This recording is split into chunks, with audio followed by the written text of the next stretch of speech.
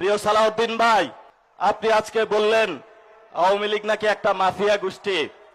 আপনার ঘরে যে এসালামের মতন একটা মাফিয়া গোষ্ঠী লুকিয়ে রেখে আওয়ামী লীগকে মাফিয়া গোষ্ঠী বলেন, আপনার ঘরে এসালামকে লুকিয়ে রেখে আপনি বেনজিরকে ধরতে যান। এই ধরনের ভণ্ডামি জাতির সামনে প্রকাশিত হয়ে পড়েছে। যারা গত 17 বছর আমাদের উপরে অত্যাচার, নির্যাতন, নিপীড়ন চালিয়েছিল, এসালাম এবং বেক্সিমকো থেকে যেই ধরনের ব্যবসায়িক জঙ্গি গোষ্ঠী জনগণের উপর অত্যাচার করেছিল, তাদেরকে আবার এই পার্লামেন্টে তারা জায়েজ করে নিল।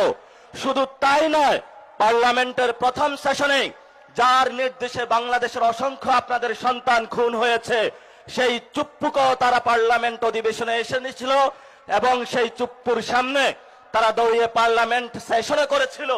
এবং পরবর্তীতে যখন তাদেরকে বলা হলো যে আমরা একটি বৈষম্যহীন, একটি মানবিক বাংলাদেশ চাই, তখন তারা ধর্মীয় কার্ড খেলা শুরু করলো।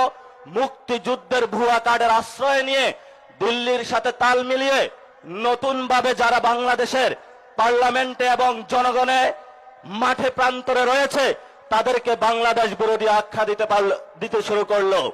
আমরা বিএনপি ভাইদেরকে বলবো, বাংলাদেশে দুইটা পক্ষ, একটা হলো বাংলা পক্ষ আর একটা হলো ভারত পক্ষ। আপনারা যদি ভারত পক্ষে গিয়ে থাকেন, বাংলা পক্ষের সাথে আপনাদের কঠিন লড়াই হবে এবং এই লড়াই যদি আপনাদের আবারই পতন হয়, তাহলে সেই পতনে আমাদের কোনো কিছু করার থাকবে না, কারণ আপনার পতন আপনি নিশ্চিত করছেন। এখন ওরা আমাদেরকে বারবার বলে যে ছোট ছোট পোলাপাইন তাদেরকে নাকি ধমক দিয়ে কথা বলে, এই ধরনের অভ্যাস শেখ হাসিনার ছিল।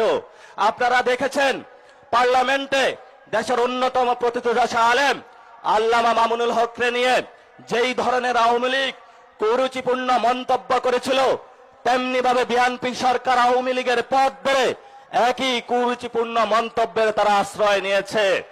এবং সাথে সাথে তারা যে বিষয়টা জঘন্য কর্মকাণ্ড তারা করলো, তারা দেখলো বাংলাদেশে যতদিন আলেম ওলামা থাকবে, বাংলাদেশে যতদিন ইসলামের পক্ষের লোক থাকবে, বাংলাদেশে যতদিন নীতি নৈতিকতার লোক থাকবে, ততদিন তাদের চাঁদাবাজি, সন্ত্রাস, দুর্নীতি, ভারত নীতির তারা বিরোধিতা করতে যাবে।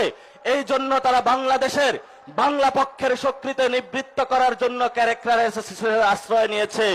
যেই পথে তারা আশ্রয় নিয়েছে, এই পথটা ছিল শেখ হাসিনার।